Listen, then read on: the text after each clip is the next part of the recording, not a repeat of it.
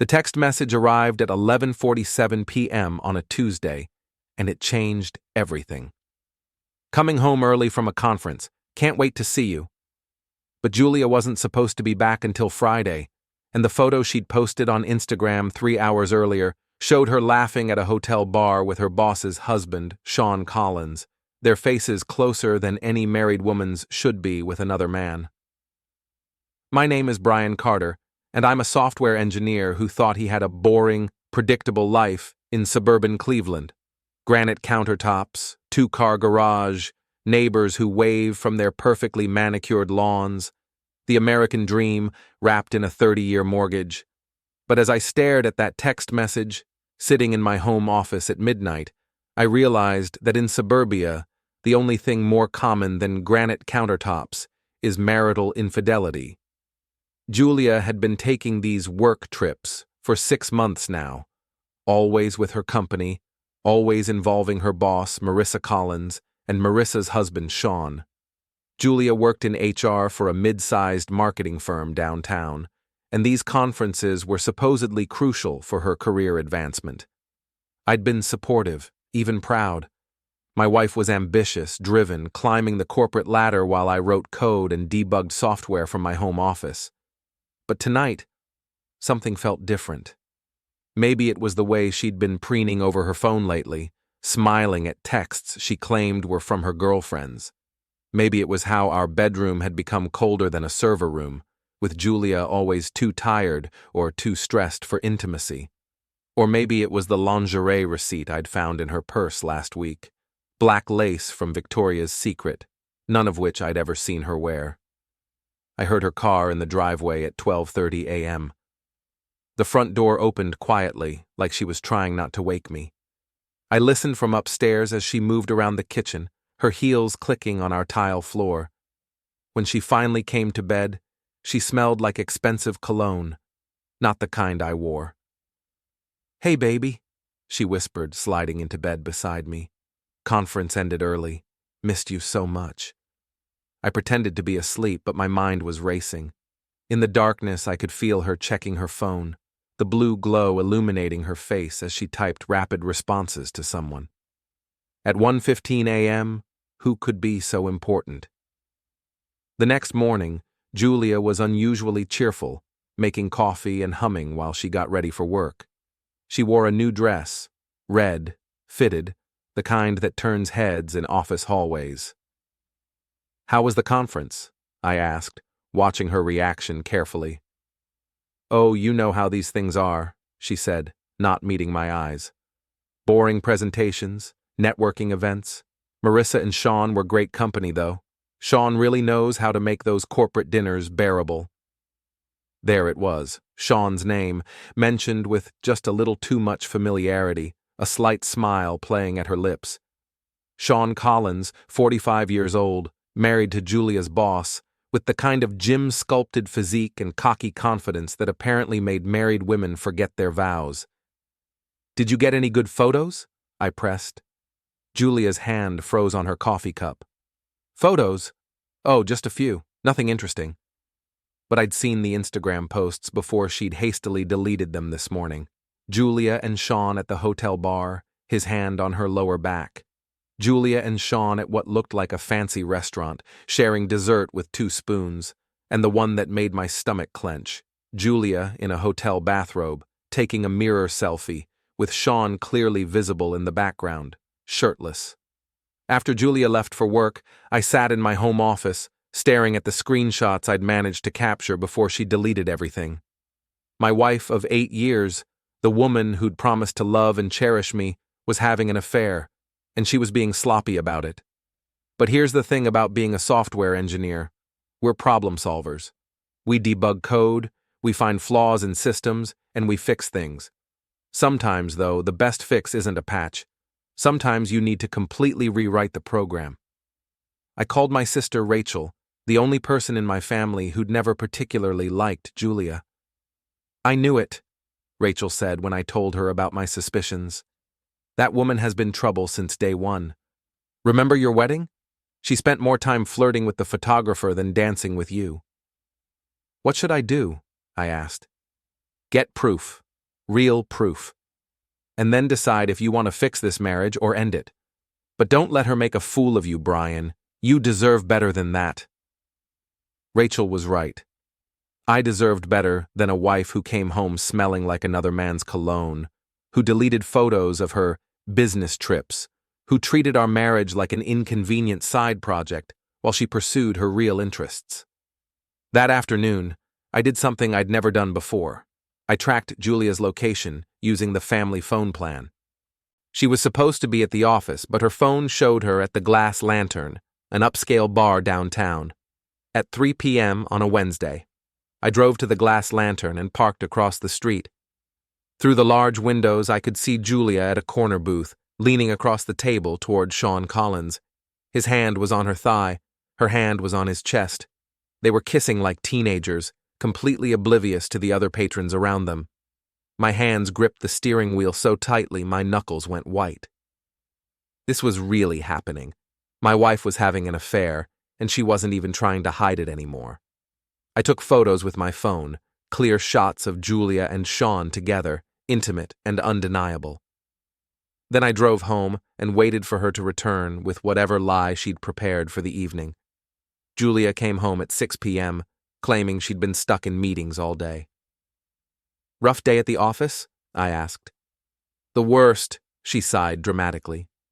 "Marissa had us working on this new client presentation. I barely had time for lunch." I showed her the photos on my phone. Julia's face went white, then red, then white again. "Brian, I can explain," she started, but I held up my hand. "Can you? Because what I see here looks pretty self-explanatory." "It's not what it looks like. Sean was we were just what? Just playing tonsil hockey in a public restaurant? Just feeling each other up like you're single?" Julia started crying, the kind of manipulative tears she'd used throughout our marriage when she wanted to avoid consequences. "It was a mistake. It didn't mean anything. I love you, Brian. You have to believe me." But I didn't believe her. Not anymore. And as I looked at my wife sobbing crocodile tears in our kitchen, I realized something important. I wasn't heartbroken. I was angry. And anger, unlike heartbreak, could be channeled into action. "We'll talk about this tomorrow," I said. "I need time to think." That night, Julia slept in the guest room. I lay in our bed, staring at the ceiling, planning my next move. Because if Julia thought she could cheat on me and then manipulate her way out of consequences, she was about to learn just how wrong she was.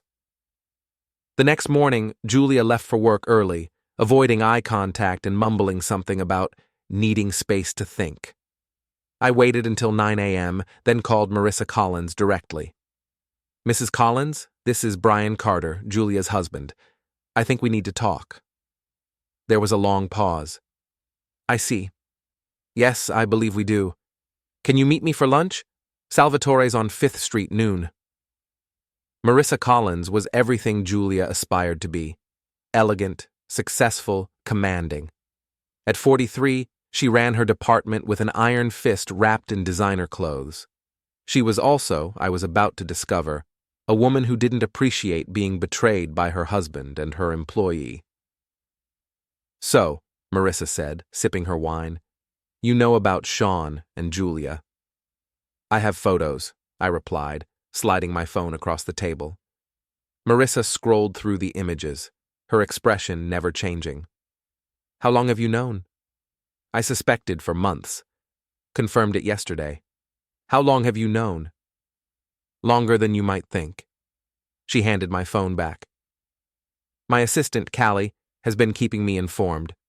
Security footage from the office, credit card statements, hotel receipts. Sean thinks he's clever, but he's actually quite predictable." "Why haven't you confronted them?" Marissa smiled, and it wasn't a pleasant expression. "Because confrontation without strategy is just drama. I prefer calculated revenge." She leaned forward, her voice dropping to a conspiratorial whisper. "I have a proposition for you, Brian. What if I told you there was a way to give them exactly what they deserve? A way to expose their affair in the most humiliating, devastating way possible? I'm listening. Julia and Sean think they're being so clever, sneaking around behind our backs. What they don't realize is that we've been watching, documenting, preparing. I have security footage of them in the office supply closet. I have credit card receipts for hotel rooms. I have text messages Sean thought he deleted. She pulled out a tablet and showed me video footage that made my stomach turn. Julia and Sean in what was clearly a passionate embrace in Marissa's office building.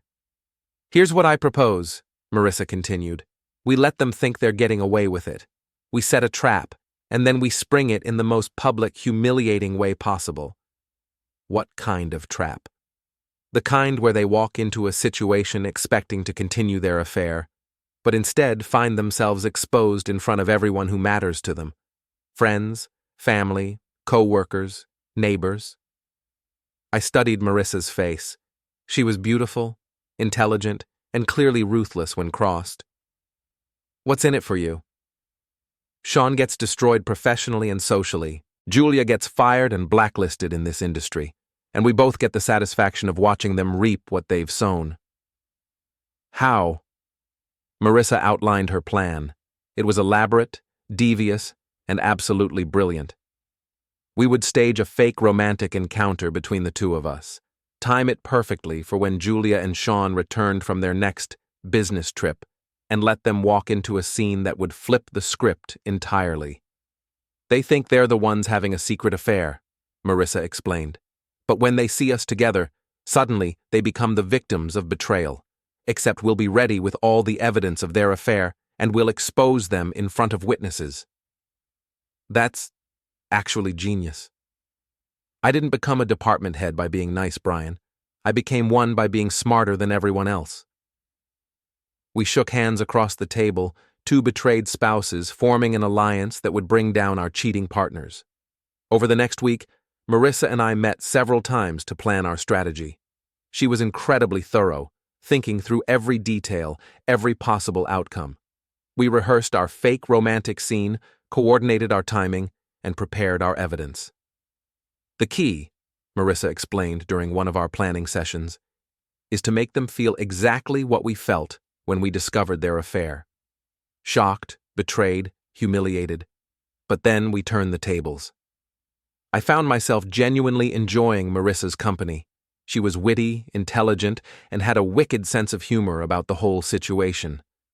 Unlike Julia's recent coldness, Marissa was warm and engaging.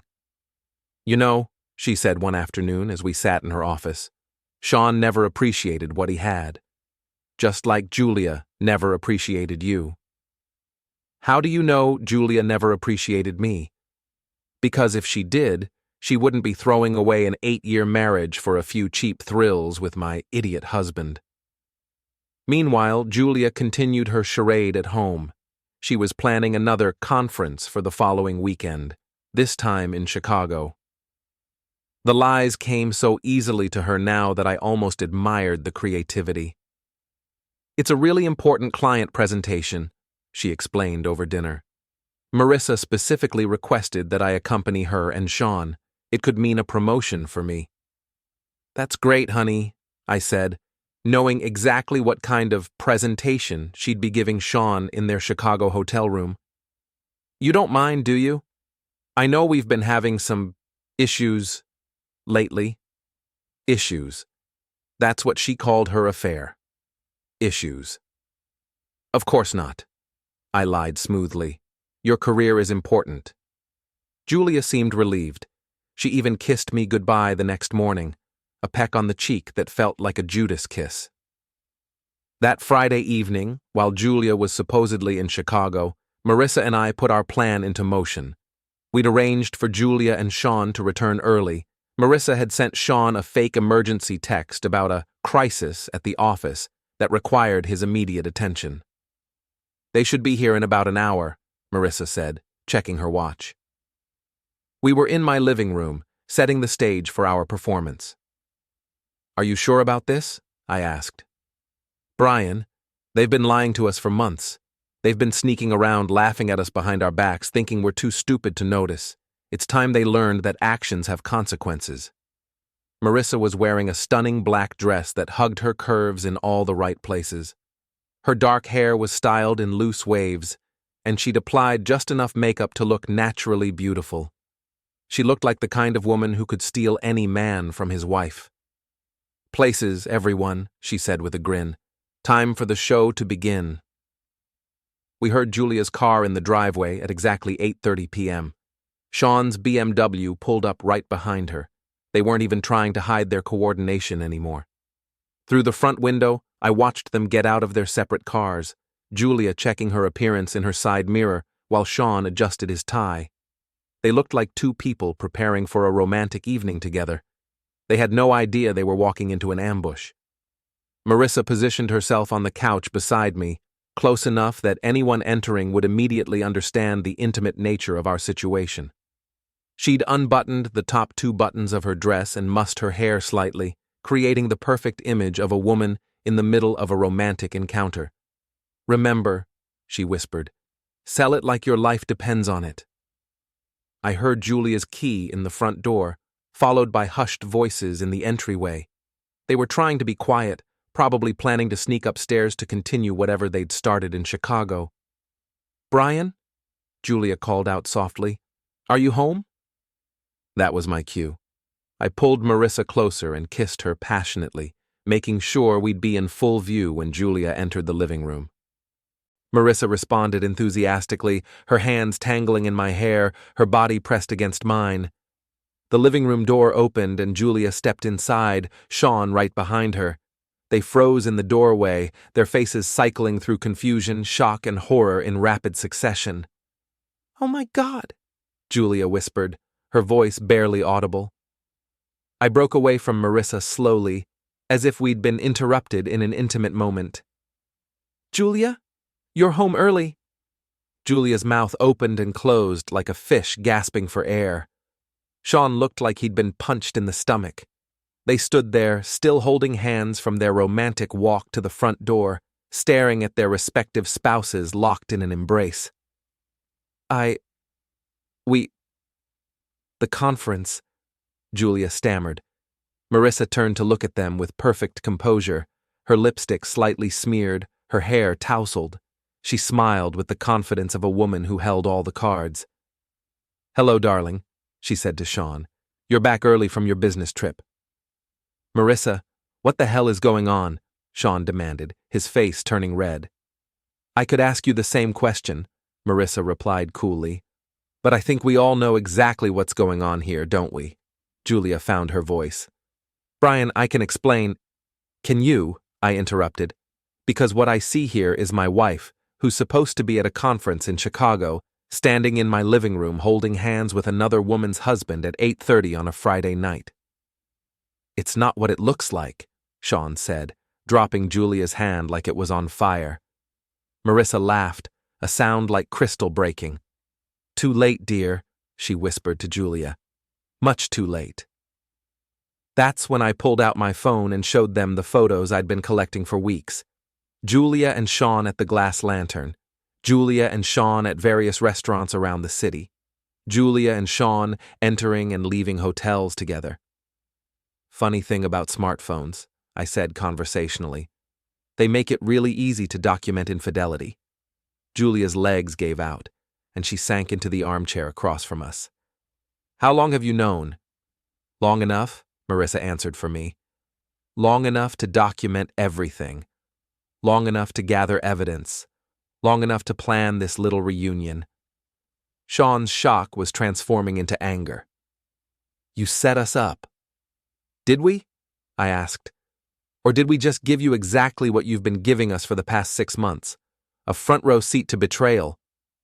"The difference," Marissa added, standing up and smoothing her dress, "is that our little performance tonight was just for show. Your affair has been very, very real." She walked over to her purse and pulled out a tablet, which she handed to Julia. "Security footage from the office. Would you like to see yourself and my husband in the supply closet? Or perhaps you'd prefer the video from last Tuesday when you thought the building was empty?" Julia's face went white as she scrolled through the footage. Sean moved behind her, watching over her shoulder, his expression growing more horrified with each clip. "There's more," Marissa continued. "Credit card receipts, hotel records, text messages, email exchanges. I've been building quite a comprehensive case file." "What do you want?" Sean asked, his voice barely above a whisper. "Justice," I said simply. "You've been lying to us, cheating on us, making fools of us for months. Did you really think there wouldn't be consequences?" Julia started crying, real tears this time, not the manipulative ones she'd used before. "Please, Brian, I made a mistake. I'll end it. I'll do whatever you want." "Will you?" I asked. "Because 3 days ago you told me you were going to Chicago for work. But your credit card shows purchases at restaurants here in Cleveland. Your phone's GPS shows you never left the city. You've been lying so long I don't think you remember how to tell the truth." Marissa sat back down beside me, taking my hand in a gesture of solidarity. "The question now is what we do with all this evidence." "You could go public," I suggested. "Post it on social media. Send it to everyone at the office. Make sure all your friends and family know exactly what kind of people you really are." "No," Julia whispered. "Please, no." "Or," Marissa said thoughtfully, "we could handle this more privately. But there would be conditions." Sean and Julia looked at each other, then back at us. "What conditions?" "Sean, you resign from the company, effective immediately. You find another job, preferably in another city." "I can't just quit. We have a mortgage, bills." "You should have thought about that before you decided to have an affair with your wife's employee," Marissa cut him off. "And Julia," I continued, "you move out, tonight. Find somewhere else to live while we figure out the divorce details." "Brian, please, can't we work this out? Go to counseling?" I looked at my wife, really looked at her, for what felt like the first time in months. She was beautiful, successful, everything I'd thought I wanted when we got married. But she was also selfish, manipulative, and apparently incapable of fidelity. "You know what the funny thing is?" I said. "If you'd just been honest with me 6 months ago, told me you weren't happy, wanted to see other people, we could have worked something out. We could have separated amicably, divided our assets fairly, maybe even stayed friends." "I can still do that," Julia said desperately. "No, you can't, because you chose to lie instead. You chose to sneak around, to make me look like a fool, to carry on this elaborate deception while pretending to be my loving wife. You didn't just cheat on me, Julia, you insulted my intelligence." Marissa squeezed my hand. "The offer stands. Sean quits, Julia moves out, and we keep this between the 4 of us, or we go public with everything." Sean looked at Julia, then back at us. "How do we know you won't release the evidence anyway?" "You don't," I said, "but you also don't have any other choice." The room fell silent except for Julia's quiet sobbing. Finally, Sean nodded. "Fine. I'll resign on Monday." "Tonight," Marissa corrected. "You'll email your resignation tonight, and you'll clean out your office over the weekend when the building is empty." "And Julia packs her things tonight," I added. "I want her out of this house before I wake up tomorrow morning." Julia looked up at me with red-rimmed eyes. "Where am I supposed to go?" "I'm sure Sean can help you figure that out. After all, you two have been planning your future together for months. Time to start living it." As Julia and Sean left to gather her belongings, Marissa and I sat in the living room, listening to the sounds of my marriage being dismantled upstairs. "How do you feel?" Marissa asked. "Surprisingly good," I admitted. "I thought I'd be devastated, but mostly I just feel free." "That's because you're finally seeing the situation clearly. No more lies, no more deception, no more wondering if you're going crazy." 2 hours later, Julia came downstairs with 3 suitcases and a box of personal items. She looked like she wanted to say something, but I just pointed toward the door. "Keys," I said, holding out my hand. She dropped her house keys into my palm without a word. Sean loaded her things into his car while she stood in the doorway, looking back at the house we'd shared for 8 years. "I really am sorry, Brian," she said finally. "I know you are," I replied. "You're sorry you got caught." After they left, Marissa and I opened a bottle of wine and toasted our successful operation. "Phase 1 complete," she said, raising her glass. "There's a phase 2? Marissa's smile was absolutely wicked. "Oh, Brian, we're just getting started." Phase 2 of Marissa's plan began the following Monday morning. I was working in my home office when she called, her voice bubbling with barely contained excitement. "It's working perfectly," she said. "Sean submitted his resignation last night, claiming personal reasons and new opportunities. But word is already spreading through the office about why he really left." "How?" "Callie, my assistant, she's been strategically sharing information with key people in the company. Not the explicit details, of course, but enough hints to get the gossip mill churning." I had to admire Marissa's thoroughness. While Julia and Sean thought they'd gotten off easy with a quiet resignation and separation, Marissa was systematically destroying their reputations in the professional community they'd worked so hard to build. "What about Julia?" "Oh, that's the best part. She showed up to work this morning like nothing happened. Apparently, she thinks she can just continue her career as if she didn't have an affair with her boss's husband. And you're going to let her? For now. I want her to feel secure, comfortable. Then I'm going to pull the rug out from under her in the most spectacular way possible." That afternoon, I got a call from my friend Dave, who worked in the same office building as Julia's company. "Dude, what's going on with Julia?" he asked. "I saw her in the lobby today, and she looked like she'd been crying for a week." "We're getting divorced," I said simply. "Shit, man. I'm sorry. What happened?" "She was having an affair with her boss's husband. I caught them." There was a long pause. No way. Julia? She always seemed so together. Apparently, she was together with someone else's husband. Word spread quickly through our social circle. By Wednesday, I was getting calls and texts from friends expressing sympathy and outrage on my behalf. Several people mentioned that they'd always thought something seemed off about Julia's frequent work trips. "We should have said something," my friend Tom told me over beer that evening. "Sarah and I saw Julia at that new restaurant downtown a few weeks ago with some guy who definitely wasn't you. They were all over each other." "Why didn't you tell me?" "We thought maybe you two had some kind of arrangement, open marriage or something. We didn't want to assume." It turned out that Julia and Sean had been less discreet than they'd imagined. Multiple friends had seen them together around the city, but everyone had assumed someone else would tell me, or that I already knew. The conspiracy of silence that had protected their affair was now working against them, as people felt guilty for not speaking up sooner. On Thursday, Marissa invited me to lunch again. She looked radiant, like a woman enjoying a particularly satisfying victory. "Julia's having a rough week," she reported. "She's been making mistakes at work, missing deadlines, showing up late. I think the stress is getting to her." Good. But here's the interesting part. She's been asking around the office about Sean.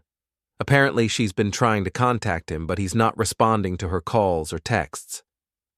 I wasn't surprised. Sean had gotten what he wanted from Julia: the thrill of an affair, the ego boost of seducing a younger woman, the excitement of forbidden romance.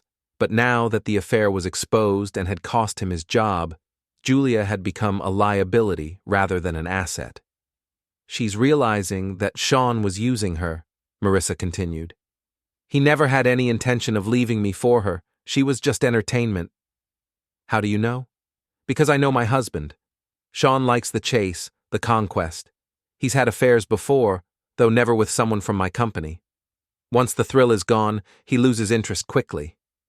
"Affairs before?" "Oh, yes. I've known about Sean's wandering eye for years. Usually, I ignore it because his affairs are brief and meaningless. But Julia was different. She worked for me, she was in my space, and she thought she was clever enough to fool me. That made it personal." I was beginning to understand that Marissa's revenge wasn't just about the affair. It was about being disrespected in her own professional domain, about having her authority challenged by a subordinate who thought she could manipulate the boss's husband. So what's the endgame? Patience, Brian. The best revenge is served cold, and I want Julia's to be absolutely freezing. That weekend, I ran into Julia at the grocery store. She looked terrible. Dark circles under her eyes, her usually perfect hair pulled back in a messy ponytail, no makeup. She was buying wine and frozen dinners, the groceries of someone who'd given up on cooking for herself. "Brian," she said when she saw me. "How are you?" "I'm good, really good actually. I've been staying at my sister's place. It's temporary, until I figure things out." "That's nice." She hesitated, clearly wanting to say more. "Have you heard from Sean at all?" "Why would I hear from Sean? He's not answering my calls. I thought maybe he'd reached out to you, to apologize or something." I almost felt sorry for her. Almost. "Julia, you do realize that Sean was never going to leave Marissa for you, right? You were a side piece, not a replacement wife." Her face crumpled. "That's not true. He said he loved me. He said we had a future together. He said what he needed to say to keep you interested. But now that the affair is public and it's cost him his job, what exactly can he offer you? He's unemployed, his reputation is damaged, and his wife holds all the financial cards in their marriage. You don't understand. What we had was real. What you had was convenient. For him." I left her standing in the frozen food aisle, staring at a display of ice cream with tears streaming down her face. Monday morning brought the next phase of Marissa's plan. She called me at 9 a.m., her voice practically singing with satisfaction. "Julia's been fired," she announced. "What? How?" "Poor performance, missed deadlines, unprofessional conduct. I've been documenting everything for the past 2 weeks. This morning I called her into my office and terminated her employment." "What did she say?" "She accused me of firing her because of the affair. She threatened to sue for wrongful termination. She even claimed that you and I planned this whole thing together." And I pointed out that she'd been having an affair with my husband in company facilities, using company time for personal activities, and lying to supervisors about her whereabouts during business trips. I also mentioned that we have security footage of her inappropriate behavior on company property. She can't fight that. She tried. She actually had the audacity to claim that Sean seduced her, that she was the victim of workplace harassment. But I had screenshots of text messages she sent him, initiating meetings, suggesting hotels, even sending explicit photos. I was impressed despite myself. Marissa had been thorough, methodical, and absolutely ruthless. She'd given Julia every opportunity to hang herself, then provided the rope. So what happens now? Now Julia discovers that actions have consequences. She's unemployed, her reputation in the industry is destroyed, and the man she threw away her marriage for won't return her phone calls. I'd say our work here is done. But Marissa was wrong. Our work wasn't done. Because that afternoon, Julia showed up at my house, desperate and angry, ready for one final confrontation that would determine how this story ended. Julia arrived at my front door at 4 p.m. on a Tuesday, looking like a woman who'd reached the end of her rope. Her hair was unwashed, her clothes wrinkled, and her eyes had the wild look of someone who'd been drinking too much coffee and getting too little sleep. "We need to talk," she said, pushing past me into the house. "Actually, we don't. Our lawyers can handle everything from here." "Don't give me that bullshit, Brian. You and that bitch Marissa planned this whole thing. You set us up, destroyed our lives, and now you're acting like you're the innocent victim." I closed the front door and followed her into the living room, where she was pacing like a caged animal. "Sit down, Julia. You're making me nervous." "I'm making you nervous? I lost my job today. My career is ruined. Sean won't talk to me. My sister is kicking me out because she doesn't want the drama. And you're nervous? You lost your job because you were having an affair with your boss's husband. You ruined your own career." "That's not how it happened, and you know it. Marissa has been planning this for weeks. She manipulated both of us. I sat down on the couch, the same spot where Marissa and I had staged our fake romantic encounter. Okay, let's say you're right.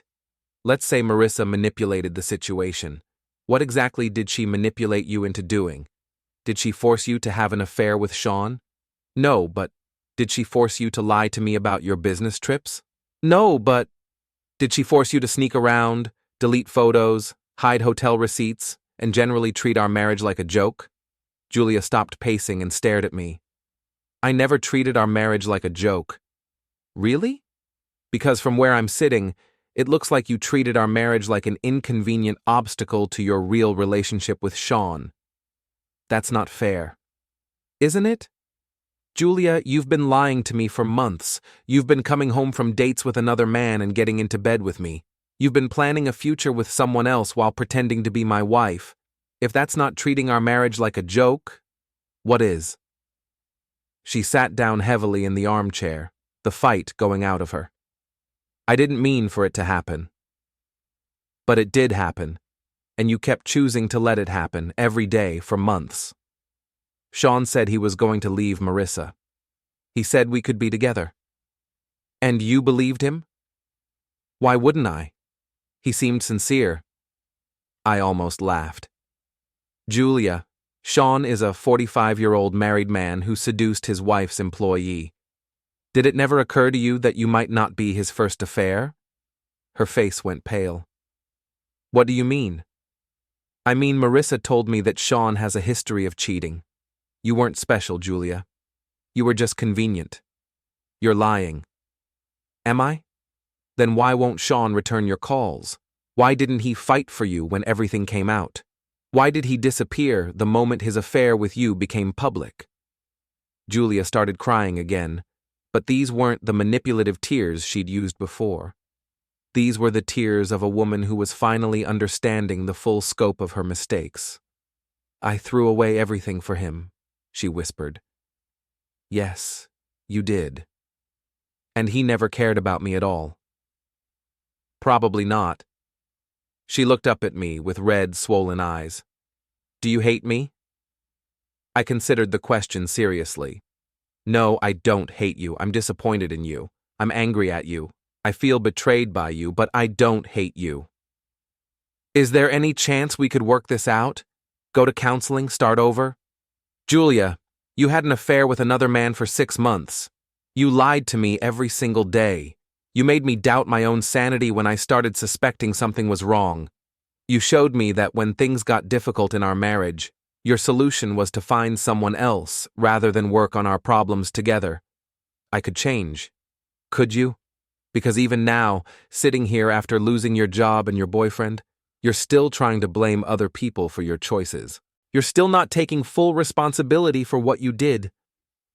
She was quiet for a long time, staring at her hands folded in her lap.